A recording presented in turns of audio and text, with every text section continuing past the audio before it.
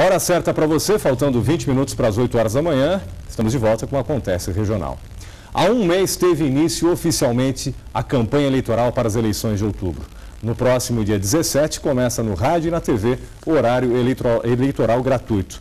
E para ajudar você, eleitor, a escolher melhor os candidatos, o entrevistado de hoje do Acontece Regional é o sociólogo Silvio Luiz da Costa. Silvio Costa, como ele gosta de ser chamado. Bom dia, Silvio. Isso, bom dia. Bom, no horário eleitoral, no rádio e na TV, né, os candidatos geralmente vêm maquiados de muito marketing, né, que às vezes transforma os candidatos ruins, né, os lobos, vamos assim dizer, em cordeiros. É possível o eleitor identificar essa maquiagem do horário eleitoral gratuito?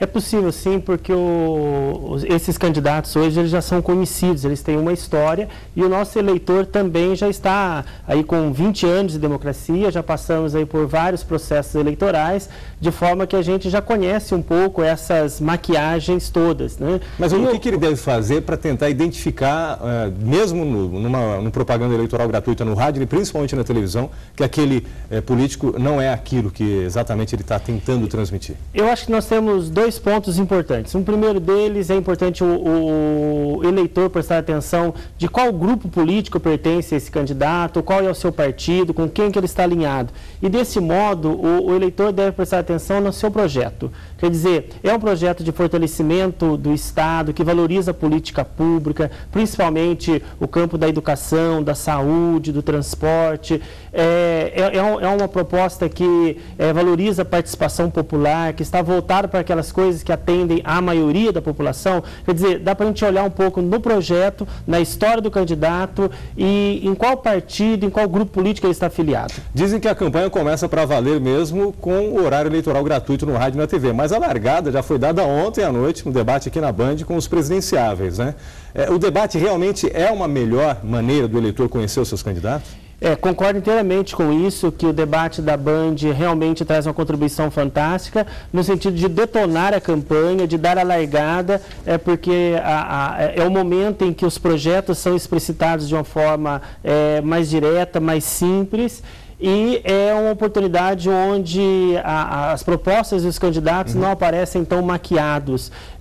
O debate ontem foi muito bom nesse sentido. De um telespectador, ele mandou um torpedo para a gente, ele está dizendo assim, o eleitor que troca o voto por algum benefício, comete crime, é o César de Caçapava, quer saber disso. Com certeza, César, não é só o candidato que se corrompe, mas também o eleitor, na medida em que ele vende o seu voto. Okay. Por isso que o voto tem consequências e é importante que a gente vote em bons candidatos, em boas propostas. Nós vamos agora a São José dos Campos. A Natália Teodoro também tem uma pergunta para você.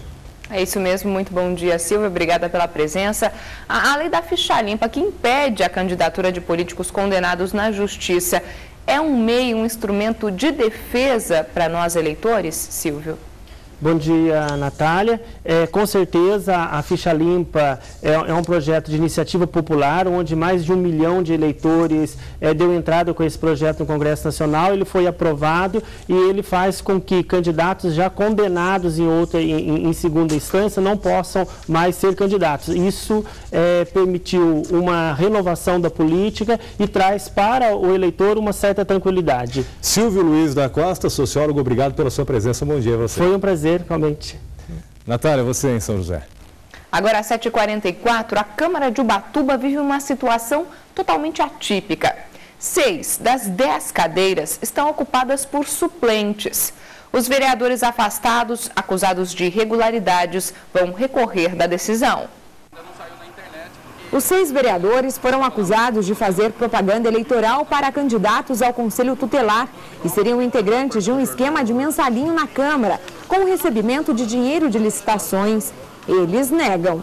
Nós não temos culpa, nós não somos culpados sobre essa situação que se colocaram. Tem testemunhas A, B, C que são reconhecidas pelo promotor. Nós somos aí, vamos dizer, vítimas de um complô político. O pedido de afastamento foi feito pelo juiz Mário da Silva em 12 de julho. Na mesma data, os vereadores suspensos entraram com um agravo para que a decisão fosse cancelada. Enquanto isso, eles continuam a receber o salário de vereador, que é de quase R$4.000 por mês. Os suplentes tentam trabalhar normalmente, mas sem grandes expectativas. A ação foi em primeira instância e ainda cabe recurso. Por isso, pode ser que a situação volte a ficar como antes. É o que teme este suplente. Nós estamos numa situação incômoda, porque nós estamos e não estamos, né, dependendo da decisão judicial ali. Então, nós continuamos trabalhando como se normalmente, mas é uma situação delicada. Para o presidente da Câmara, a situação não atrapalha a tomada de decisões nem a votação de leis. Cada vereador que assume se responsabiliza por aquilo que ele faz e representa o partido político dele. Hoje a gente está com 60% de vereadores novos, seriam os suplentes. Mas o Legislativo do Litoral não é o único a sofrer processos. Em julho, o ex-vereador Arlindo Branco, de Campos do Jordão, perdeu o mandato por desacatar um funcionário público no trânsito. Ele foi condenado a pagar uma multa no valor de 1,5 salário mínimo. Em Taubaté, há 6 anos, outros 4 vereadores estariam transportando pacientes em veículos da casa. Somente Orestes Vanoni teve que pagar multa. Chico Saad, Luizinho da Farmácia e Rodson Lima foram absolvidos. 7h47, o inverno esfriou a dengue em Taubaté, mas o trabalho de prevenção continua. Apesar do esforço de evitar uma nova epidemia, os agentes de saúde nem sempre são bem recebidos. Eles estão de volta.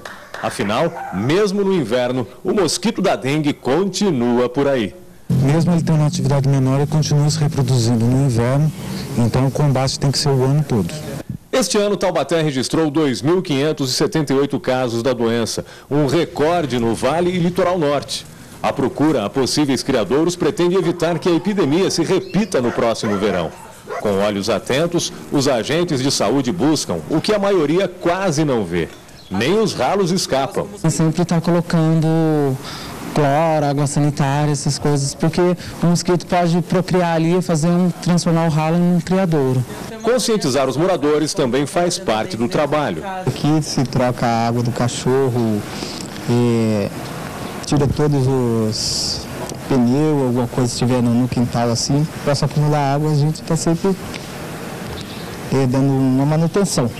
Em abril, no auge da epidemia, Taubaté chegou a registrar 84 casos por dia de dengue. Agora, no inverno, a doença esfriou, mas não desapareceu. Diariamente, de 1 a 3 pessoas adoecem na cidade. E mesmo assim, o trabalho desses agentes ainda enfrenta resistência. De cada 10 casas visitadas, em pelo menos 2, a recepção não é nem um pouco calorosa. Eu sei que você já passou aqui essa semana, mas o trabalho deles é diferente do nosso. Se já veio uma pessoa aqui, eu não vou deixar outra pessoa entrar. Então, tudo bem. Muito obrigado pela sua colaboração. Tenha um bom dia. Eu acho que deveria ter uma lei que obrigasse a gente desse livre acesso a gente a entrar nas moradias, porque é uma questão de saúde pública. Dona Neuza e seu Sérgio já se conscientizaram, mas sabem que somente o esforço deles não basta para acabar com a dengue. O que o senhor diria para quem resiste ao trabalho deles? Que procurem facilitar o acesso das pessoas e não dificultem o trabalho deles. Que apesar deles estarem trabalhando, ele está trabalhando em prol de toda uma comunidade, procurando orientar. Se deixar, o bicho está tomando conta e parece que está ficando mais resistente, né, às coisas. Tem que ter cuidado. Agora, às 7h49, veja onde foram instalados os radares móveis em Jacareí nesta sexta-feira. Um radar foi colocado na Avenida Lucas Nogueira Garcês, o outro na Avenida Dom Pedro I, no Parque dos Príncipes, e um terceiro equipamento está montado na Rua Santa Cruz dos Lázaros. No próximo bloco, as informações da Festa da Batata em Quiririm. A hora certa, 7h50, acontece Regional, volta já.